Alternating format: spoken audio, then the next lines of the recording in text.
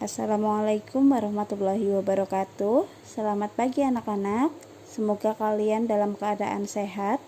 Hari ini kita kembali belajar matematika. Dan hari ini yang akan kita pelajari yaitu urutan bilangan pecahan. Nah, sebelum masuk ke situ, mari kita lihat dulu tujuan pembelajarannya.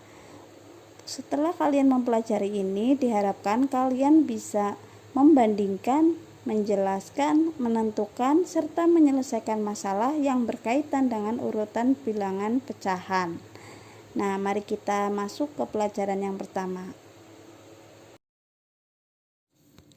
Hari ini kita akan belajar mengenai urutan bilangan pecahan. Kalau kemarin kita belajar tentang urutan bilangan bulat, sekarang urutan bilangan pecahan. Nah, kita harus tahu dulu pengertian tentang bilangan pecahan. Bilangan pecahan adalah bilangan yang dapat dipecah menjadi bagian yang tidak utuh. Jadi tidak bulat lagi kayak kemarin, sekarang tidak utuh. Nah, pada bilangan pecahan ada dua angka yang bisa disebut dengan pembilang dan penyebut. Silakan dilihat pada bentuk penulisannya. Yang dinamakan pembilang itu posisinya di atas atau P. Di situ P per Q. Berarti P-nya sebagai pembilang, Q-nya yang di bawah itu sebagai penyebut. Ya, jadi kalian tidak bisa membolak-balikan. Jadi harus selalu pembilang yang di atas, penyebut yang di bawah. Agar lebih paham, mari kita simak contoh berikutnya. Selanjutnya, perhatikan contoh berikut ini. Rena mempunyai pizza 1 buah. Karena ukurannya besar, maka dia akan membagikan kepada teman-temannya. Teman-temannya ada 4 orang, yaitu Sasa, Tari, Umar, dan Fani. Pizza dibagi menjadi 6 bagian. Masing-masing temannya mendapat 1 bagian, sedangkan Rena mendapat 2 bagian. Berdasarkan cerita tersebut, nyatakan dalam bentuk bilangan pecahan. Paham ya? Jadi ada 1 pizza besar, kemudian dipotong-potong menjadi 6. Nah, akan dibagikan kepada 4 temannya. Jadi 4 temannya masing-masing dapat 1 bagian, sedangkan Rena dapat 2 bagian. Nah, kalau kita ubah ke dalam bentuk pecahan, kayak gimana sih? Mari kita lihat di situ. Tari mendapatkan 1 bagian, dimulai dari Sasa dulu ya. Sasa mendapatkan 1 bagian dari 6 bagian yang tersedia. Berarti yang didapatkan 1. Nah, tadi potongannya kan ada 6. Makanya di situ bisa ditulis 1 per 6. Tari juga dapat 1 bagian dari 6 bagian yang tersedia. Berarti 1 per 6. Satunya dari yang didapatkan, 6-nya dari potongan tadi semuanya. Kemudian Rena mendapatkan 2 bagian. Nah, yang didapatkan Rena 2 bagian, berarti 2 per 6. 2-nya buat Rena, 6-nya dari semua potongan tadi. Kemudian Umar dapat 1 bagian, berarti sama, dibuatnya jadi 1 per 6. Sedangkan Fani dapat 1 juga, jadi 1 per 6. Begitu ya. Udah ada gambaran gitu ya. Selanjutnya, kita akan belajar cara membandingkan bilangan pecahan.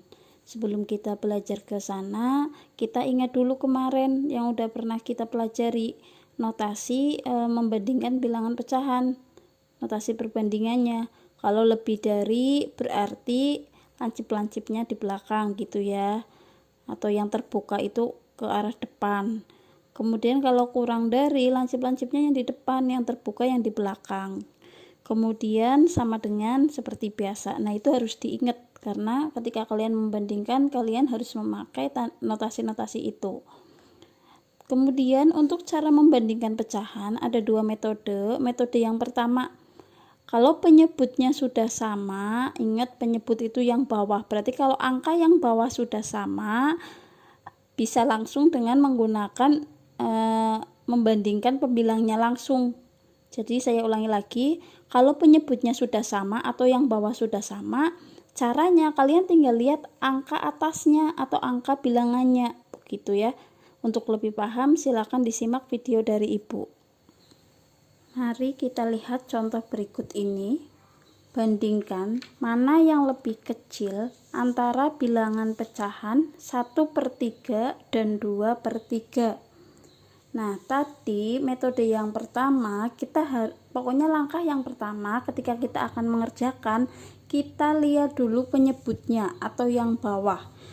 Di sini diketahui 1/3 dan 2/3. Kita tulis dulu 1/3 dan 2/3.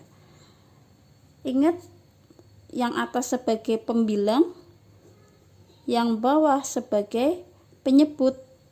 Kamu pokoknya harus paham mana pembilang, mana penyebut gitu ya. Berarti yang atas pembilang, berarti pembilangnya 1 sama 2. Yang bawah penyebut, berarti di sini penyebutnya 3. Nah, karena penyebutnya sudah sama, yaitu sama-sama 3, jadi di sini penyebut sama dengan 3 dalam kurung sama ya. Ketika penyebutnya sama, langkah selanjutnya kamu tinggal lihat angka atasnya atau pembilangnya. Nah, di situ pembilangnya adalah angka 1 dan angka 2. 1 dan 2. Kalau pembilangnya sudah dilihat, sekarang kita bandingkan karena pertanyaannya adalah lebih kecil 1 dan 2, lebih kecil yang mana? Lebih kecil yang 1 kan? Berarti di sini 1 lebih kecil dari 2. Berarti bisa ditulis dengan tanda 1 kurang dari 2 atau lebih kecil dari 2, begitu ya. Kalau sudah sampai situ, selanjutnya karena ini satunya kurang dari 2, secara tidak langsung ya 1 ini kan miliknya 1/3 kan, berarti ya ini sama aja 1/3 kurang dari 2 miliknya 2/3, berarti 2/3. Artinya 1/3 lebih kecil dibanding 2/3. Begitu? Paham ya? Jadi lihat dulu penyebutnya. Kalau penyebutnya sama, oh udah sama penyebutnya. Kamu lihat pembilangnya. Oh, di sini pembilangnya 1 dan 2. 1 dan 2. Kamu lihat pertanyaannya. Oh, pertanyaannya di situ lebih kecil. Karena dia lebih kecil, berarti kamu cari antara 1 dan 2. 1 lebih kecil dari 2 kan? Nah, kalau 1 lebih kecil dari 2, kita tinggal ubah tandanya. 1 lebih kecil tandanya kayak gini, lancip-lancipnya pokoknya di sini. Lancip-lancipnya di depan. Terus di sininya 2. Kemudian kalau udah 1 kurang dari 2, 1 ini miliknya siapa? 1 ini kan miliknya 1/3, berarti ini diubah jadi 1/3. 2 ini miliknya siapa? 2 ini miliknya 2/3, berarti di sininya 2/3. Jadi jawabannya 1/3 lebih kecil dari 2/3. Kalau tadi kita belajar tentang metode 1 untuk penyebut yang sama, sekarang metode 2 yaitu untuk penyebut yang berbeda. Caranya yaitu yang pertama dengan menyamakan penyebut terlebih dahulu dengan menggunakan KPK. Kalau penyebutnya sudah sama, kemudian bandingkan pembilangnya. Untuk lebih paham, silakan simak video dari Ibu. Contoh untuk metode 2, bandingkan mana yang lebih kecil antara bilangan pecahan 1/4 dan 2/3. Tadi telah disebutkan bahwa di metode 2 itu untuk penyebut yang berbeda atau yang bawahnya angkanya beda. Caranya tadi yaitu menyamakan penyebutnya terlebih dahulu, lalu baru membandingkan pembilangnya, begitu ya. Nah, sekarang kita lihat dulu maksudnya seperti apa. Kita lihat langsung ke contohnya. Jawab.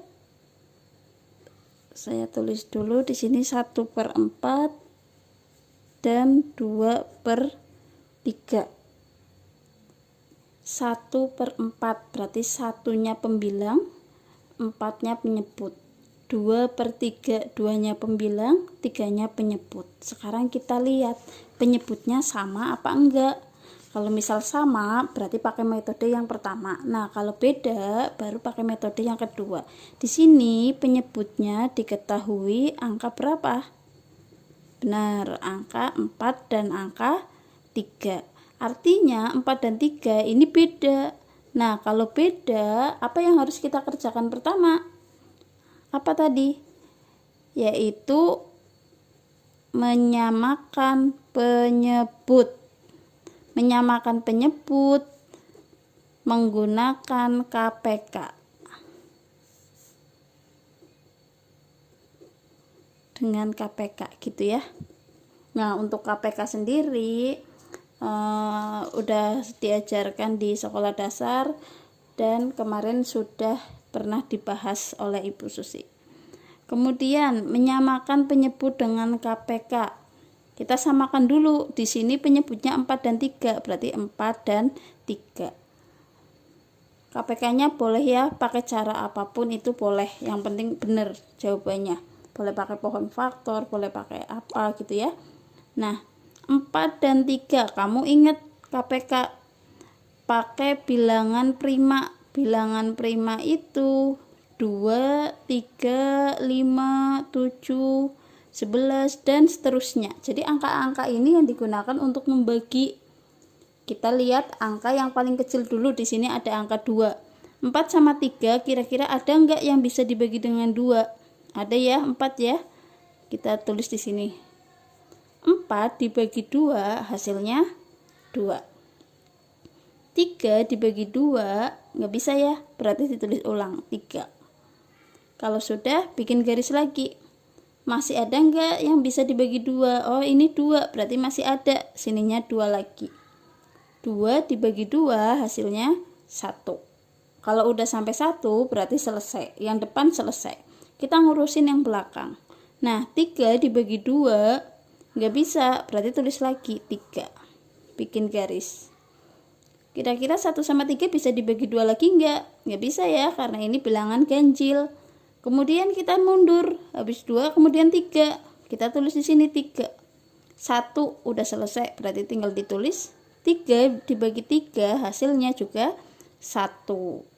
Nah, karena ini dua-duanya sudah 1, artinya sudah selesai. KPK-nya berapa? Berarti KPK-nya hasil dari ini. Berarti tinggal 2 kali 2 kali 3. 2 kali 2 4, 4 kali 3 ketemunya 12. Ketemu KPK-nya 12. Selanjutnya ketika KPK-nya sudah ketemu 12, kita tulis ulang soalnya. Di sini soalnya 1/4 dan 2/3. Kita samakan dulu penyebutnya. Di sini bikin per. Nah, 12 ini dipakai untuk menyamakan penyebut. Berarti ditaruh sini. Sininya sudah 12, sininya 12. Sudah? Selanjutnya, yang atas ini perlu ditulis. Caranya gimana? Cara nyari yang atas. Perhatikan. 12 dari yang bawah dibagi atasnya 4 dikali atasnya lagi 1. Begitu caranya. Yang sebelah sini 12 paling bawah dibagi atasnya, di situ ada angka 3, berarti dibagi 3, kemudian dikali dengan atasnya lagi, berarti dikali dengan 2. Begitu ya, diingat caranya. Paling bawah dibagi atasnya dikali atasnya lagi, begitu. Selanjutnya kita hitung. 12 bagi 4 ketemunya 3. 3 kali 1 ketemunya 3. Berarti 3/12. Yang bawah, ini bawahnya tetap 12 ya. 12 dibagi 3 ketemunya 4. 4 dikali 2 ketemunya 8. Perhatikan di sini, penyebutnya udah sama kan? Kalau penyebutnya sudah sama, kamu tinggal ngelihat angka atasnya. 3 dan 8. 3 dan 8 lebih kecil yang mana? Karena pertanyaannya adalah lebih kecil. 3 dan 8 lebih kecil yang 3, Bu. Oh, karena lebih kecil yang 3, berarti tandanya seperti ini, lancipnya sebelah sini. Begitu. Yang besar yang dimakan ibaratnya. Gitu. Atau yang terbuka itu yang lebih besar. Nah, 3/12 kan lebih kecil dari 8/12. Kita lihat dulu. 3 ini miliknya siapa sih tadi? Kamu tinggal ke atas ke soalnya. Oh, 3 miliknya 1/4. Berarti ini diganti 1/4. 4. 8/12 miliknya siapa? Kamu tinggal lihat soalnya ke atas. Oh, dia miliknya 2/3. Berarti dapat disimpulkan bahwa 1/4 lebih kecil dibanding 2/3. Gitu ya, pahami terus, ulang-ulang terus, latihan-latihan terus biar paham. Contoh yang pertama, ibu membeli 1 buah semangka di pasar. Kemudian ibu memotong semangka menjadi 10 bagian yang sama. Ibu mendapatkan 2 bagian, ayah mendapatkan 1 bagian, kakak mendapatkan 3 bagian, dan adik mendapatkan 4 bagian. Nyatakan cerita tersebut ke dalam bentuk bilangan pecahan dan tentukan urutan dari yang mendapat bagian semangka terbanyak sampai paling sedikit. Begitu soalnya. Mari kita lihat. Yang pertama, kita ubah dulu soal cerita tersebut ke dalam bentuk pecahan. Nah, diketahui tadi semangkanya dipotong 10 bagian. Terus ibu mendapatkan 2 bagian, berarti kan yang didapatkan ibu 2. Berarti diubah jadi 2/10. 2-nya yang didapatkan ibu, 10-nya dari semua potongannya. Kemudian ayah mendapatkan 1 bagian, berarti 1/10. Kakak mendapatkan 3 bagian, berarti 3/10. Dan adik mendapatkan 4 bagian, berarti 4/10. Begitu ya, itu cara mengubah soal cerita menjadi bentuk pecahan. Terus kemudian, yang selanjutnya, pertanyaannya adalah kita harus menentukan urutan pembagiannya dari yang dapat paling banyak sampai yang paling sedikit. Nah, perhatikan. Ibu 2/10, ayah 1/10, kakak 3/10, adik 4/10. Penyebutnya sudah sama, yaitu 10. Semuanya sama kan, bawahnya kan angka 10. Nah, karena angkanya bawahnya sudah sama semua, kita tinggal lihat angka yang atasnya. Di situ ada angka 2, 1, 3, sama 4. Begitu ya. Karena pertanyaannya adalah dari yang terbanyak sampai yang tersedikit, kita lihat di antara angka 2, 1, 3, 4 itu yang paling banyak angka 4. Berarti 4 lebih banyak dari 3, dan 3 lebih banyak dari 2, dan 2 lebih banyak dari 1. Terus kita lihat tandanya. 4 terbuka ya, terbuka ke depan gitu ya. 4, 3, 2, 1. Nah, dari situ kita bisa mengurutkan siapa yang paling banyak. Nah, tadi yang angkanya 4 milik siapa? Milik adik, berarti adik dulu, setelah adik baru kakak, setelah kakak baru ibu, dan yang terakhir yaitu ayah yang mendapatkan paling sedikit bagian semangka. Begitu ya, paham nggak? Contoh selanjutnya, ayah, Messi, dan Afril pergi ke pasar untuk membeli ikan. Ayah membeli ikan lele seberat 1/4 kilogram. Kemudian ikan gabus seberat 1/3 kg dan ikan mujair seberat 2/5 kg. Kemudian ayah memberikan ikan lele kepada Afril, memberikan ikan gabus kepada Messi, dan ayah membawa ikan mujair. Pertanyaannya, urutkan siapa yang membawa ikan paling ringan sampai yang paling berat. Begitu soalnya. Selanjutnya, silahkan dikerjakan, kemudian kita bahas bersama-sama di grup WhatsApp. Begitu ya. Demikian untuk hari ini. Jadi hari ini kita sudah belajar tentang menjelaskan, membandingkan, dan mengurutkan bilangan pecahan. Semoga bisa dipahami. Terus belajar, tekun, contoh-contohnya serta soalnya dikerjakan. Kalau ada pertanyaan silahkan ditanyakan di grup WhatsApp. Sekian dari saya. Wassalamualaikum warahmatullahi wabarakatuh.